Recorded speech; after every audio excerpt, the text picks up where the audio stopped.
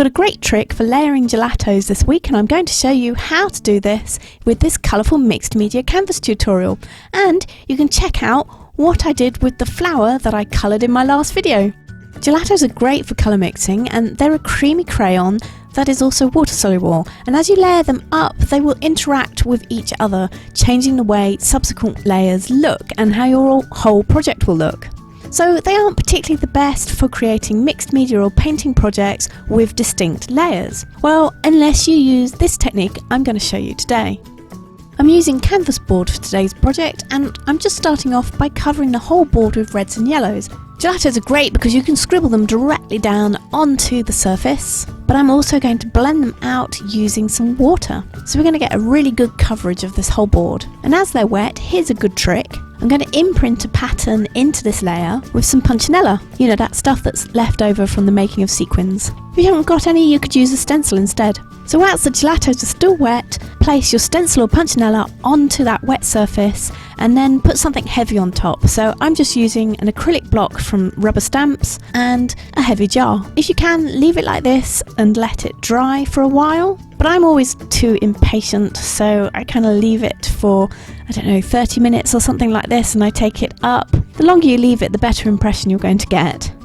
At this point I'm also going to make sure that the sides of my canvas are coloured as well. And then I'm going to make sure that everything is dry before I move on to the next layer. So as I've said, I want a mixed media piece with distinct layers of gelatos colour. So to achieve this I'm going to use a gel medium to fix each colour layer, and the gel medium I'm using is the matte medium, as this dries transparent with a matte finish. Another advantage of this medium is that it has a good flow, so it's easy to move over the surface, because the gelato layer is quite delicate and will move around with whatever you put on top of it, and you may lose some of those details, like that Punchinella texture for example. So the trick is to try not to overwork it. I'm applying a medium with a palette knife rather than a brush, so that I can put it on thickly and then level it out over the surface. If I was to paint it on with a brush, I would definitely move that pigment around. But even with the palette knife you can start to see some of that gelato colour mixing in with the medium. So clean the palette knife from time to time so that you don't spread that colour to the areas you don't want it. And if you coloured the canvas sides, don't forget to cover them with the medium as well.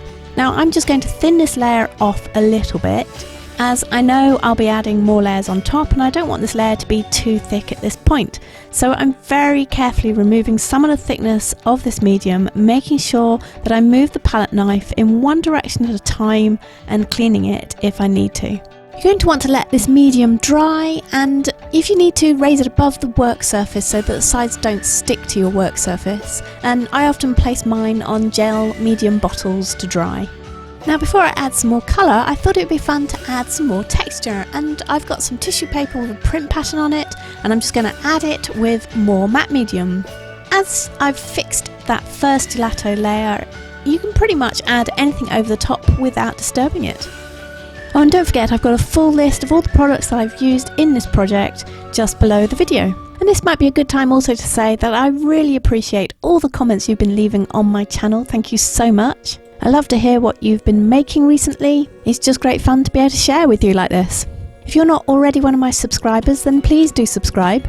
As you probably guessed by now, my videos are all about art and craft, techniques, tips, tricks and inspiration, and I bring them out every week. So don't forget to click that notification bell as well so you don't miss them.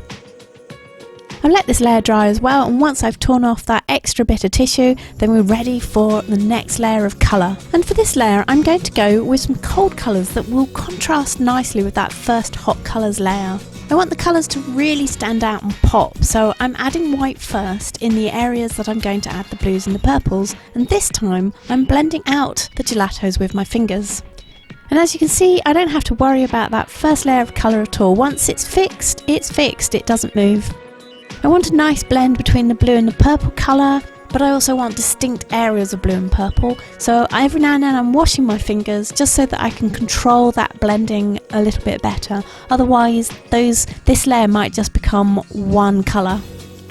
And adding the white gelatos first has really brightened this whole layer and given it a really great luminescence almost. I'm reaching for the Punchinella again, and I'm going to add some more of that circle texture. This time I'm scribbling the gelatos out on my palette first, and you can find out more about the palettes that I use in my recent art and craft hacks video, and I'll leave a link in the cards and in the description. Once I've scribbled out the gelatos onto the palette, I use some foam sponge to pick up the colour and dab it through the Punchinella. Now it takes a little bit of patience to build up the colour in this way, and it really helps if you just keep on scribbling out fresh gelato colour on the palette as you work. I'm using the matte media again to seal the layer. Now this time that circle texture is really delicate as it's pure gelatos and not gelato mixed with water, which tends to be a little bit more stable and more adhesive to the surface.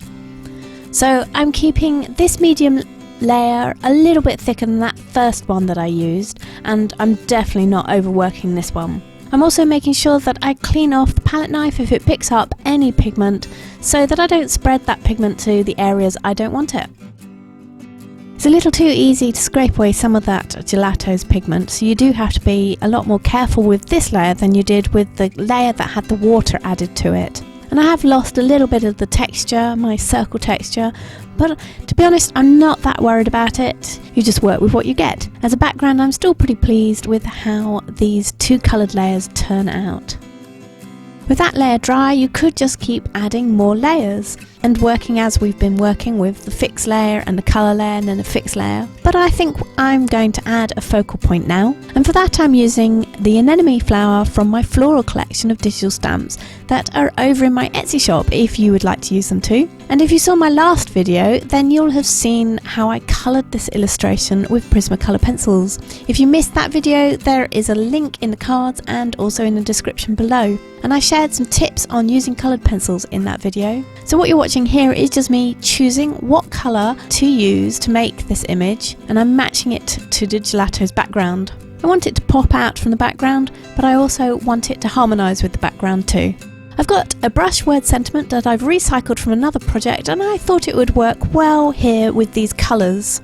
So once I've coloured the flower and cut it out, it's a case of placing them, and I'm going to use foam pads to stick them down. So I think you can successfully say that we can layer gelatos in distinct layers that don't muddy together. And I've also covered quite a lot of different techniques for how to apply gelatos, such as scribbling them directly on the surface, using them with water, imprinting texture into them, blending them with fingers.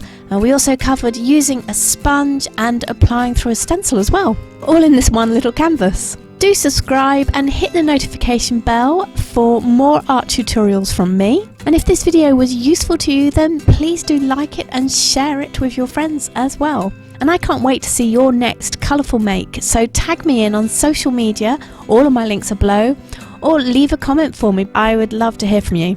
I'll catch you later for some more art next time, and a massive thank you for watching.